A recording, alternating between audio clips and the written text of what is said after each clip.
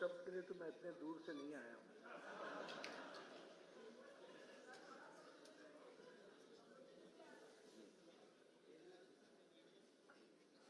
आज ये हमारे चिकित्सा प्रकोष्ठ की ओर से आयोजित इस कार्यक्रम में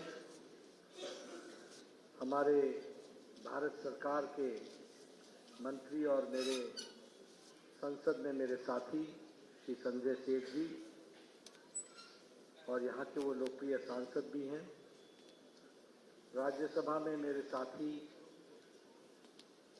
और पूर्व के अध्यक्ष श्री दीपक प्रकाश जी, हम सब के आदर के योग्य और वरिष्ठतम डॉक्टर्स में से डॉक्टर राघव चरण जी, HP नारायण जी, श्री डॉक्टर अजय सिंह जी, हमारे प्रत्याशी श्री जीतू चरण राम जी, डॉक्टर अभिषेक रामाधीन जी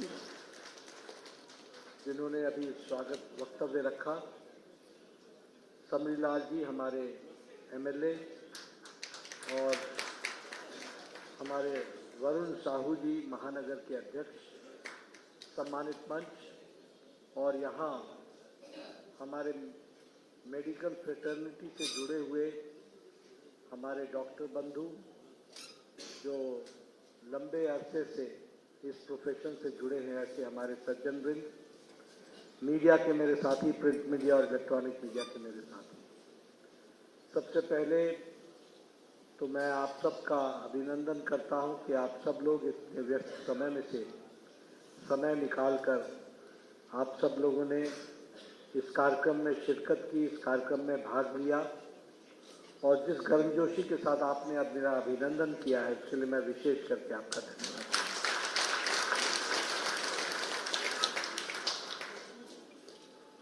जब हम डॉक्टर समुदाय से मिलता हूं, जब हम मिलते हैं तो संख्या छोटी हो सकती है, लेकिन आपका इम्पैक्ट बहुत दूरगामी होता है।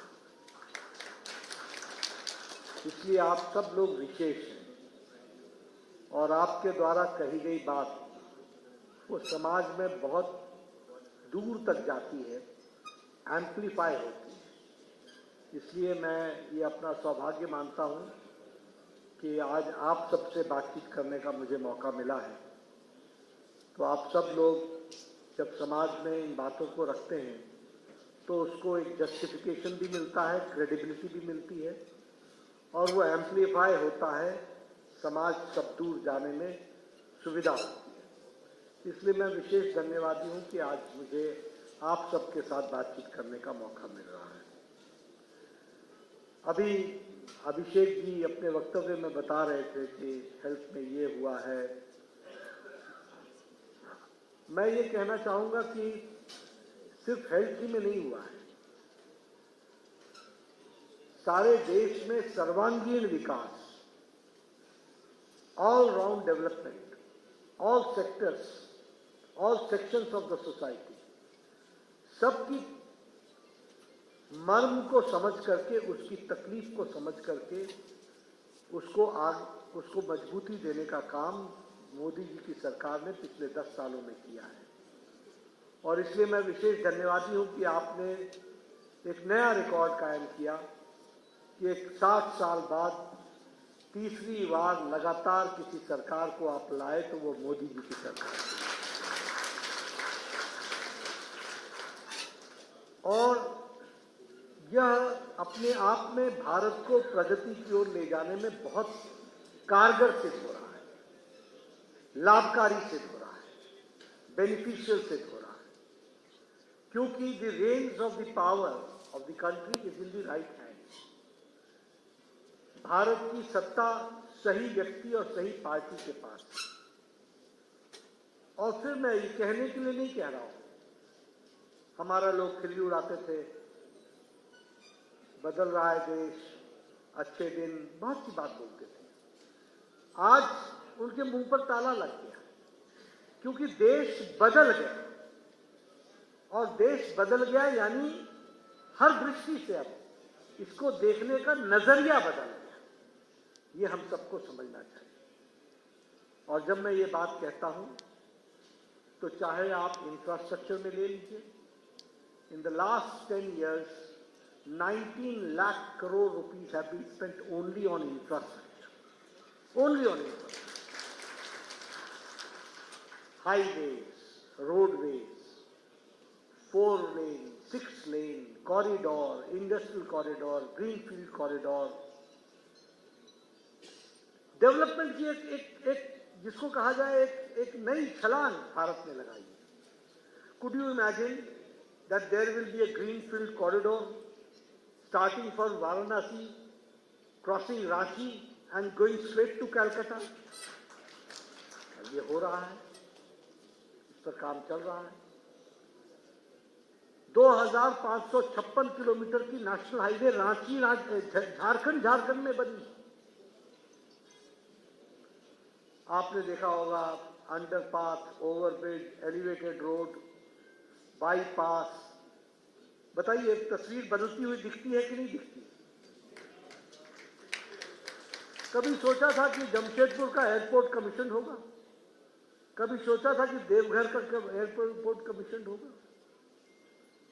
लेकिन आज ये नेशनल नक्शे पर और देर सवेर ये इंटरनेशनल नक्शे पर आने वाले। इसलिए एयरपोर्ट्स हो, हाईवेज हो, इंटरनेट की कहानी मैं बोलना चाहूंगा। हमारा मजाक उड़ाते थे लोग, जो हमारे विरोधी हैं वो सदा विरोधी रहेंगे।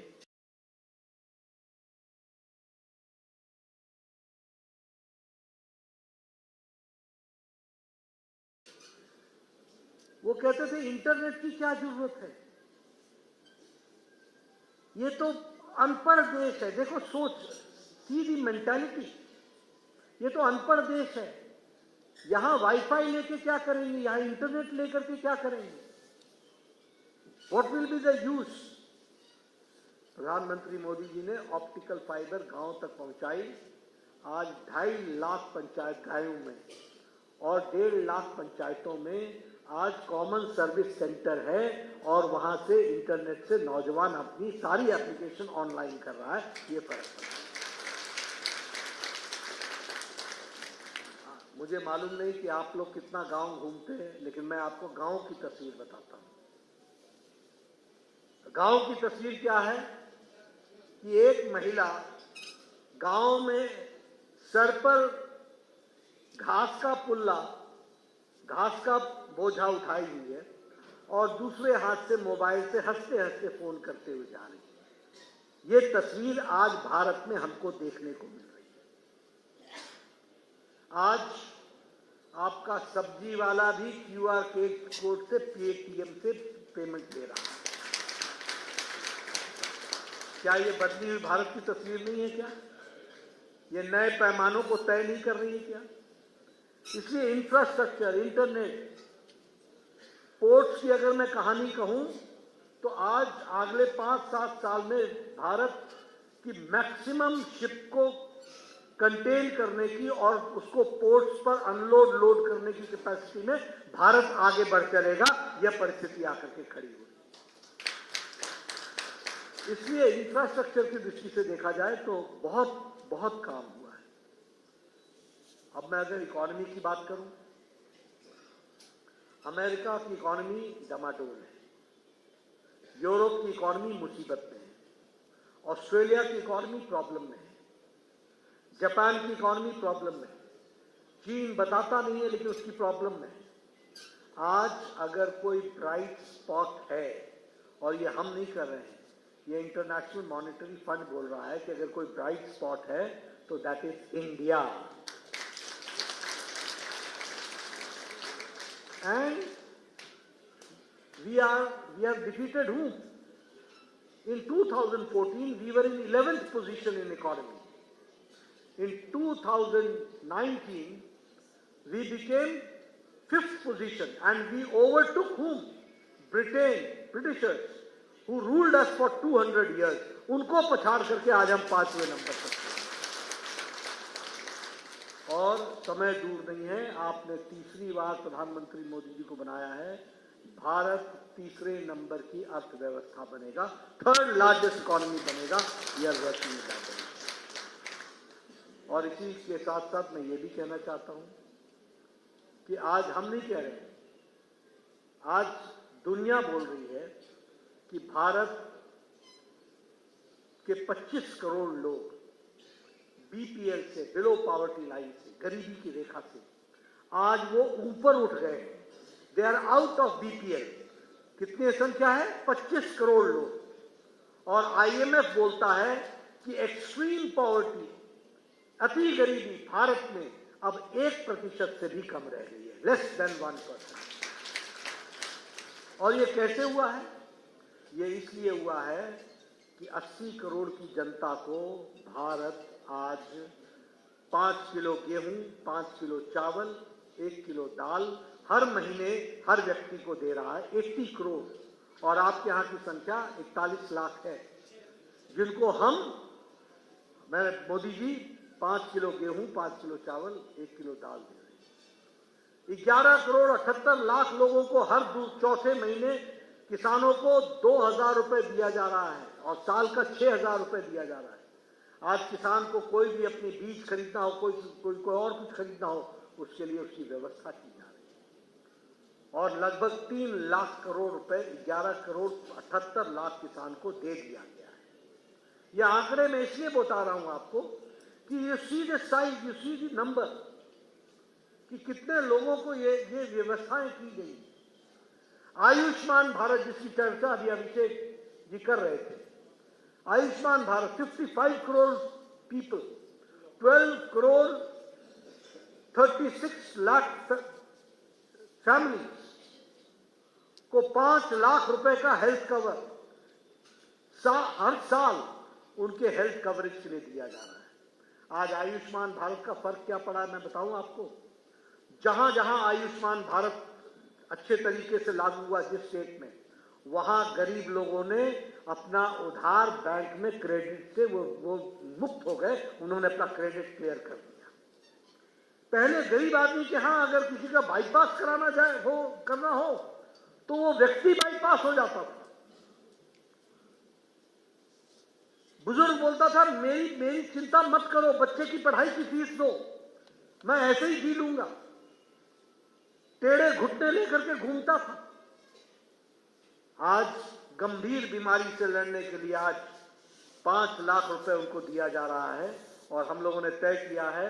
और एक बात और बता दूं, हर कोई जो भी बहन, जो भी माता, जो भी बुजुर्ग जिसकी उम्र 70 साल से ऊपर की हो गई है, 29 अक्टूबर 2024 को प्रधानमंत्री जी ने आयुष्मान भारत फिर से लॉन्च किया, सेकंड फेज। अब ये 70 साल से ऊपर के लोगों को टिल ही ब्रीथ्स हिज लास्ट, अंतिम सांस तक हर साल 5 लाख रुपए का हेल्थ कवरेज दिया जाएगा। और आप फिर से हमारे कैंडिडेट जीतू राम चरण जी को चुनाव जिता के भेजिए, सरकार बनाइए। हम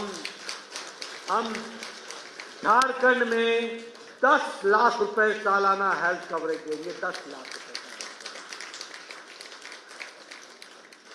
तो इस तरीके से गरीबी से हम 25 करोड़, क्योंकि जब हमने हेल्थ की चिंता कर ली, जब हमने उनके भोजन की व्यवस्था कर दी, जब हमने किसानों की चिंता कर ली, तो ऑटोमेटिकली गरीबी की रेखा से लोग ऊपर उठ करके आ गए। और वर्ल्ड बैंक कहता है India's economy remain strong despite of world slow growth. दुनिया का, वर्ल्ड का ग्रोथ स्लो है। और मैं आंकड़ों से आपको बताना चाहता हूं इकोनॉमी के बारे में। ऑस्ट्रेलिया का ग्रोथ रेट 1.6% है। यूनाइटेड स्टेट्स ऑफ अमेरिका का ग्रोथ रेट 2.7% है। कनाडा का ग्रोथ रेट 1.2% है। फ्रांस का ग्रोथ रेट 0.7% है। जर्मनी का ग्रोथ रेट 0.2% है और इंडिया का ग्रोथ रेट 6.8% है एंड इट इज 87। अब हमारे ये भाई बहन जो है ना, दोनों भाई बहन, इनको गरीबी दिखती है, इनको बेरोजगारी दिखती है, इनको पता ही नहीं चलता कि इकोनॉमी के पैरामीटर्स क्या होते हैं। What are the parameters of economy, what is growth rate, क्या मतलब होता है। आज जिस तरीके से दुनिया में भारत स्थापित हुआ है, इस बात को भी हमको समझना चाहिए। आप बताइए, ये कभी हमने सोचा था कि ट्रंप बोलेगा Modi is a good friend of mine, is a tough guy but is a good friend of mine, और पुतिन बोलेंगे that Modi is a good mediator between Russia and Ukraine for stopping the war. America और Russia आपस में आमने सामने खड़े हैं, लेकिन मोदी जी के लिए अमेरिका में भी जगह, ट्रंप के दृष्टि से भी और पुतिन की दृष्टि से भी, और दुनिया के तमाम देशों की तरफ से। ऑस्ट्रेलिया के अध्यक्ष, वहां के प्राइम मिनिस्टर बोलते हैं मोदी इज द बॉस। ये फर्क आज दुनिया में आया है। मैं आपको डिप्लोमेटिक भाषा में समझाना चाहता हूं। 10 साल पहले डिप्लोमेटिक भाषा ये होती थी कि दुनिया का कोई भी नेता जब इंडिया की बात करता था तो डिप्लोमेटिक भाषा में डिप्लोमेसी रखते हुए वो इंडिया एंड पाकिस्तान कहता था। और बहुत से ऐसे देश थे जो अगर इंडिया आते थे तो पाकिस्तान जाते थे बाद में, या पाकिस्तान आते थे तो इंडिया आते थे। यानी दुनिया भारत और पाकिस्तान को बराबरी पर देखता था। इसलिए India and Pakistan, India hyphen Pakistan, India hyphen Pakistan. 10 साल में इंडिया के साथ अब कोई पाकिस्तान का नाम नहीं लेता। इंडिया इज इंडिया, पाकिस्तान रह गया जहां रहना है। इंटरनेशनल लैंग्वेज में nobody spaces India and Pakistan, they always say India and they never repeat the name of Pakistan with India. पहले हमारे प्रधानमंत्री जाते थे अमेरिका, क्या चर्चा करते थे? टेररिज्म। क्या चर्चा करते थे? जम्मू कश्मीर। क्या चर्चा करते थे? पीओके। आज मोदी जी अमेरिका जाते हैं तो चर्चा क्या होती है? Semiconductor, IT, medicine, medical cooperation, ये आज चर्चा होती है बराबरी के स्तर पर। ये बदलता भारत हमको देखने को मिलता है। और इसीलिए अगर मैं कहूं, अब G20 की बात कीजिए। अब आप बताइए, G20 में दुनिया को भारत ने दिखा दिया कि नहीं कि भारत एक शक्ति है? बताइए, G20 में हुआ कि नहीं हुआ? और दुनिया के लोगों को पहले सब आते थे और दिल्ली में मीटिंग करके चले जाते थे। G20 की 200 मीटिंग्स हुई हैं, कन्याकुमारी से लेकर के कश्मीर तक सभी जगह मीटिंग्स हुई, और दुनिया ने भारत को देखा, इंडिया को देखा पहली बार। ये भी हमको ध्यान रखना चाहिए। और इंडोनेशिया में कोई डिक्लेरेशन नहीं हो पाया था G20 का, लेकिन दिल्ली डिक्लेरेशन जरूर हुआ, और प्रधानमंत्री मोदी जी के नेतृत्व में G20 का दिल्ली डिक्लेरेशन हुआ तो यहां हुआ। और हमारे अफ्रीकन नेशंस को अगर G20 में शामिल किया गया, ग्रुप ऑफ अफ्रीकन नेशंस को, तो वह भी भारत के रिक्वेस्ट पर यहां भारत में किया गया। यह भी हमको ध्यान रखना है। इसलिए now India is playing in international role. अगर युद्ध के बारे में मोदी जी रशिया में जाकर के पुतिन के सामने बोलते हैं ये युद्ध का समय नहीं है, मैं बुद्ध की भूमि से आया हूं, युद्ध करने की बात नहीं करूंगा। ये ताकत अगर है तो आज भारत अपने पोजीशन को बता रहा है। भारत, इंडिया इंटरेस्ट फर्स्ट है, और इसलिए हम स्टेटस को शो करके नहीं चल रहे हैं, और उस दृष्टि से हम काम को आगे बढ़ा रहे हैं। अभी कोरोना आया, आप सब लोग मेडिकल प्रैक्टिशनर्स हैं, आप सब लोगों ने बहुत मेहनत की, और कोरोना को सही मायने में हम लड़ करके निकले हुए लोग हैं। लेकिन मैं पूछना चाहता हूं, अमेरिका की स्वास्थ्य व्यवस्था कोरोना में लड़खड़ा गई, यूरोप की अर्थव्यवस्था लड़खड़ा गई, जापान की अर्थव्यवस्था लड़खड़ा गई, लेकिन कोरोना की मैनेजमेंट में भारत मजबूती से डटा रहा और उसमें से निकल करके आया है। ये मोदी जी ने, और इसका कारण क्या था?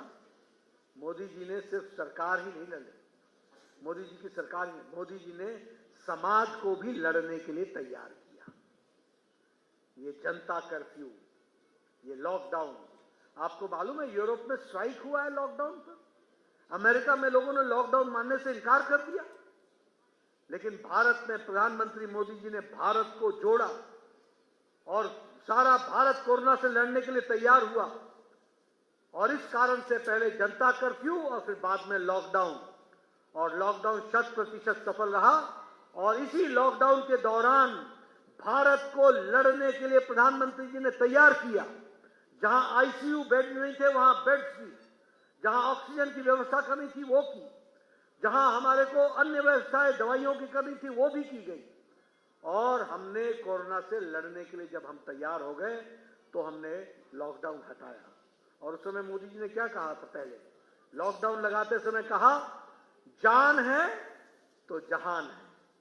आपके ध्यान में होगा कि हॉस्पिटल्स के ऊपर पुष्प वर्षा की गई, डॉक्टर्स को शाबाशी दी गई, डॉक्टर्स के साथ देश खड़ा है इस बात का संदेश दिया गया। और जब हम तैयार हो गए लड़ने के लिए तो प्रधानमंत्री जी ने कहा, अब लॉकडाउन उठेगा, अब जान भी है और जहान भी है, दोनों की चिंता की जाएगी। तो इस तरीके से हम लोगों ने कोरोना के मैनेजमेंट को प्रधानमंत्री मोदी जी के नेतृत्व में किया है। लेकिन मैं सबसे बड़ी बात ये बताना चाहता हूं, और मैं बार बार बोलता हूं एज ए हेल्थ मिनिस्टर, इस देश में ट्यूबरक्लोसिस को नेशनल प्रोग्राम बनने में 28 to 30 इयर्स लग गए। इस देश में टेटनस की दवा को आने में 30 साल लग गए। इस देश में जापानीज इंसेफ्लाइटिस की देश में दवा को आने में 100 साल लग गए। इस देश में डिप्थेरिया के लिए दवा को आने में 25 से 30 साल लगे। लेकिन कोरोना पहला केस 20 जनवरी को डिटेक्ट हुआ था 2020 में, और मोदी जी ने टास्क फोर्स 20 अप्रैल 2020 को बैठाया था। और भारत ने 9 महीने के अंदर एक नहीं 2 वैक्सीन बना करके तैयार की। ये भारत का सामर्थ्य है, 2 वैक्सीन। और इंडिया का vaccination is world's largest vaccination programme and it is the world's fastest vaccination programme, world's largest and world's fastest. और अब मैं इंटरनेट की बात करता हूं और डिजिटल की बात करता हूं। In America you get a corona vaccine certificate on A paper, in India you get vaccine certificate on your mobile. This is the difference that we have to understand. और इसलिए आज हम कह सकते हैं कि कोरोना की दृष्टि से इंडिजिनस वैक्सीन के माध्यम से 220 crore double dose with booster लगाने का काम प्रधानमंत्री मोदी जी के नेतृत्व में हुआ है। हमारे अभिषेक जी बहुत सी बातों पर चर्चा कर रहे थे, लेकिन मैं एक बात और कहूंगा कि हम लोगों ने आज हेल्थ को होलिस्टिक बनाया है।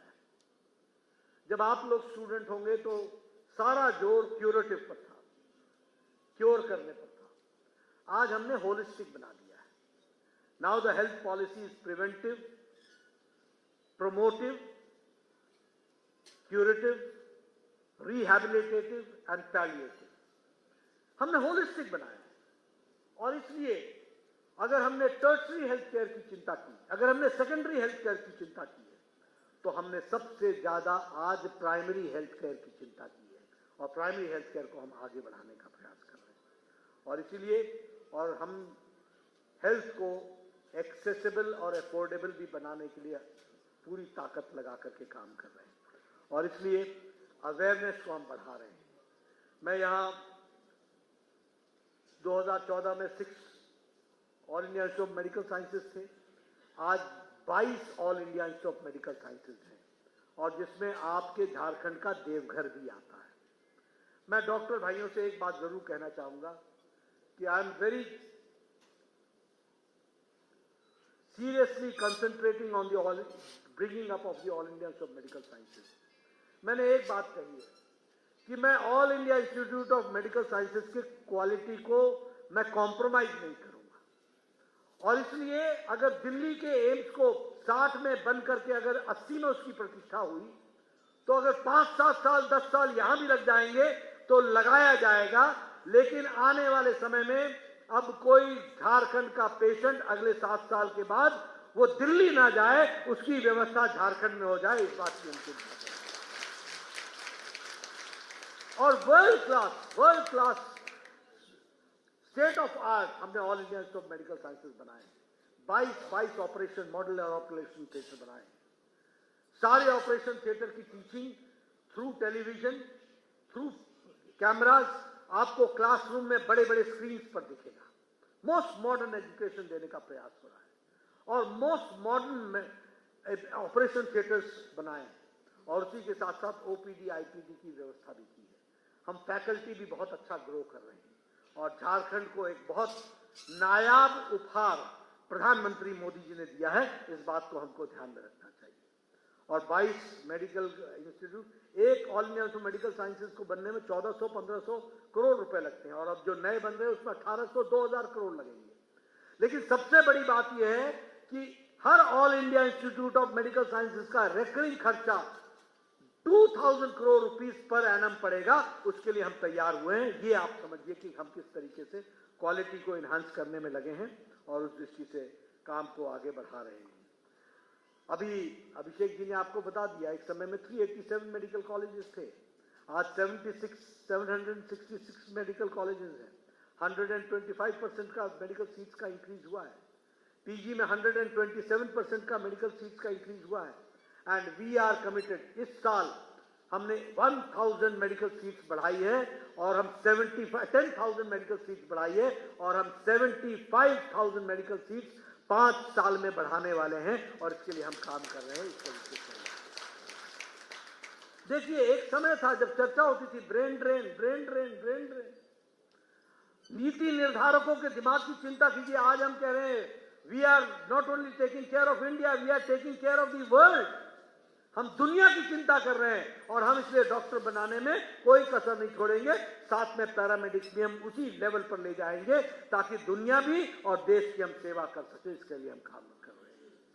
तो हमारा स्किल, स्पीड एक अच्छे तरीके से बढ़ाने का काम हो रहा है। एक चीज मैं आपसे शेयर करना चाहूंगा। आप लोगों ने अपने ग्रामीण परिवेश में, जब आप ब्लॉक में डॉक्टर होंगे या जब आप सरकारी डॉक्टर होंगे, तो आपने सुना होगा सब सेंटर, पीएचसी, फिर पीएचसी में कुछ मिलता था, कुछ नहीं मिलता था। हम लोगों ने 1,70,000 सब सेंटर और पीएचसी को मिलाकर इनको हमने आयुष्मान आरोग्य मंदिर बनाया है और प्रिवेंटिव का ये सबसे बड़ा केंद्र बनने वाला है। और भैया फोन बंद करो। प्रिवेंटिव का सबसे महत्वपूर्ण अंग बनने वाला है, क्योंकि हम लोगों ने तय कर लिया है कि 30 की एज में everybody will be screen and he will be screen for blood pressure, for diabetes, for dental, for mental, hypertension, सबसे उसको स्क्रीनिंग की जाएगी ताकि हम हार्ट के बर्डन के डिजीज को रोक सकें, ताकि हम डायबिटीज को रोक सकें, ताकि हम रेनल फेलियर को रोक सकें और हम उसको हेल्दी जीवन दे सकें। इस तरीके से हम लोगों ने इस काम को आगे बढ़ाने का प्रयास किया और इसके लिए हम लोगों ने एनक्वास भी किया है, नेशनल क्वालिटी असेसमेंट।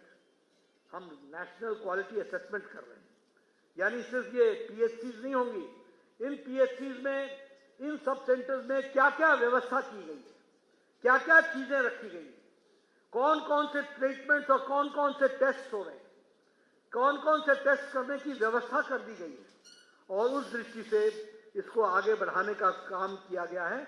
ये भी मैं आप लोगों के साथ शेयर करना चाहता हूं और आपको बताना चाहता हूं। मैं जहां तक इसके लिए फुटफॉल की बात है वो भी आपके साथ शेयर करना चाहूंगा। आयुष्मान आरोग्य मंदिर में आज 286 करोड़ ये इसका फुटफॉल है और 338.2 करोड़ यहां स्क्रीनिंग हो चुकी है। यानी हम उनकी हेल्थ स्क्रीनिंग करने का काम हम लोग जो कर रहे हैं उसके माध्यम से ये चीजें आगे हम लोगों को उपलब्ध हो सकेंगी, वो हमको समझ में आएगा। एक बात और कहना चाहता हूं, आप लोगों ने भी अपने यंगर डेज में देखा होगा हम लोग वैक्सीनेशन पर जोर देते थे। आज मैं खुशी के साथ आपसे कहना चाहता हूं कि इंद्रधनुष प्रोग्राम के तहत और इस प्रोग्राम में नो लेफ्ट आउट, कोई छूट न जाए, इसलिए रेगुलर इम्यूनाइजेशन को छोड़कर other than the regular urbanization which was going on. जो लोग मजदूर, हमारे भाई, हमारे गरीब लोग, हमारे जो घुमंतू जातियां, ये सब लोग, इन सब लोगों को हम लोगों ने पकड़ करके वैक्सीनेशन इनके बच्चों को कराया है। एंड इंद्रधनुष में 5,40,00,000 बच्चों को वैक्सीनेशन हुआ है और 1,32,00,000 माताओं का वैक्सीनेशन हुआ है। इस तरीके से मिशन इंद्रधनुष को हम लोगों ने, और ये 12 फेजेस में मिशन इंद्रधनुष को लागू किया गया है। इससे हुआ क्या है, MMR हमारा 130 पर लाख लाइव बर्थ से घट करके आज 97 पर लाख लाइव बर्थ हो गया है। और उसी तरीके से इंस्टीट्यूशनल डिलीवरीज हमारी 78.9% से बढ़ करके 88.6% हो गया है। इसकी चिंता कीजिए। उसी तरीके से हमारा IMR वो 37 पर 1000 लाइव बर्थ से घट करके वो 28 पर 1000 लाइव बर्थ हो गया है।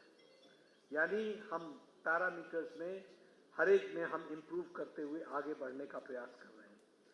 ट्यूबरक्लोसिस में आज पर लाख पॉपुलेशन में 237 से घट करके 199 हो गया है।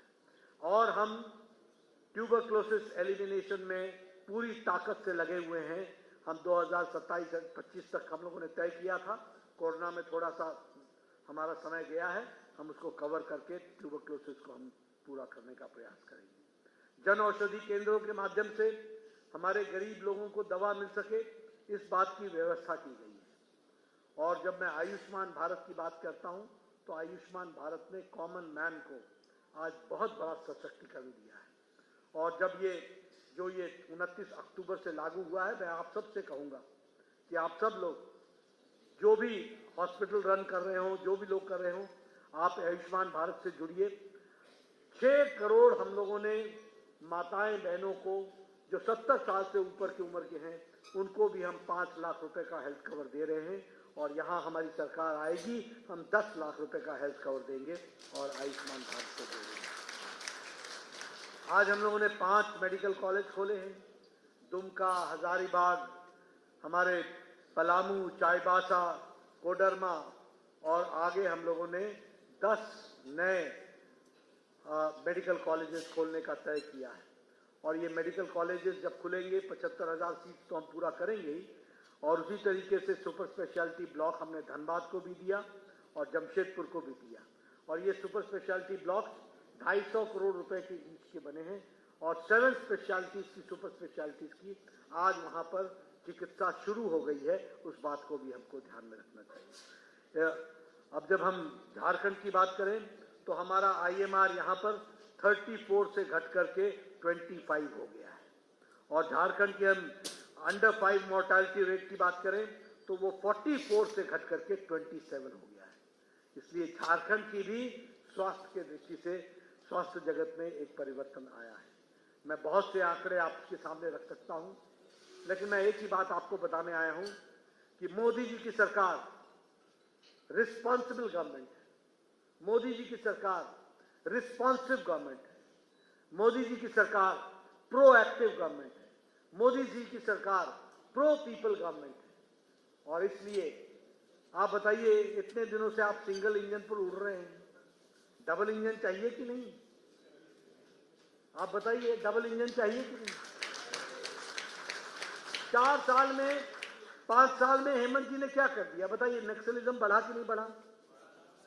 आप बताइए, भ्रष्टाचार बढ़ा कि नहीं बढ़ा? बहुत बढ़ा। और उसमें क्या बताऊं, रिकॉर्ड तोड़ दिया झारखंड में। 350 करोड़ रुपए एक MP के घर से निकले। 7 दिन लग गए, मशीनें हाफ गई, नोट गिनते गिनते न गर्म हो गई, नई मशीनें लगानी पड़ी। हफ्ता भर लग गया, 350 करोड़ रुपए। कोई शर्म नहीं। और देखिए, एक मंत्री के PA के पास से 20 करोड़ रुपए निकले। एक ऑफिसर के घर से, जेल में है वो, एक ऑफिसर के घर से 30 करोड़ निकले। बताइए, भ्रष्टाचार बढ़ा कि नहीं बढ़ा? उसको रोकना है कि नहीं रोकना है? इन लोगों के खिलाफ एक्शन होना है कि नहीं होना है? आप बताइए, बांग्लादेश की घुसपैठ हुई है कि नहीं हुई है? डिटेक्ट होना चाहिए कि नहीं होना चाहिए? आदिवासी कल्चर को हार्मफुल हो रहा है कि नहीं हो रहा है? उनकी जमीनें हड़पी जा रही हैं कि नहीं हड़पी जा रही हैं? और ये जो हम जड़ जमीन की जो बात करते थे, उस पर अटैक हो रहा है कि नहीं हो रहा है? जंगल पर अटैक हो रहा है कि नहीं हो रहा है? इन सब चीजों से लड़ने के लिए आवश्यक इस बात का है कि हम यहाँ से हमारे जीतू चरण जी को आप चुनाव जिताएं, जीतू चरण राम जी को, और अपना सहयोग भी करें। रांची में हमारे सीपी सिंह जी को जिताएं, सब लोगों को आप आगे लाएं, और रांची में भी आप हमारे कैंडिडेट को जिताएं, झारखंड में भी हमारे कैंडिडेट को जिताएं, और भारतीय जनता पार्टी को आप आशीर्वाद दें। आप लोगों ने बहुत शांति से मेरी बात सुनी। मैंने प्रयास किया कम समय में आपको देश और स्वास्थ्य के जगत के बारे में कुछ प्रमुख बिंदुओं पर ध्यान दिलाएं। आपने हमारे साथ मिलकर के इस काम को आगे बढ़ाएं। इन्हीं शब्दों के साथ बहुत बहुत धन्यवाद।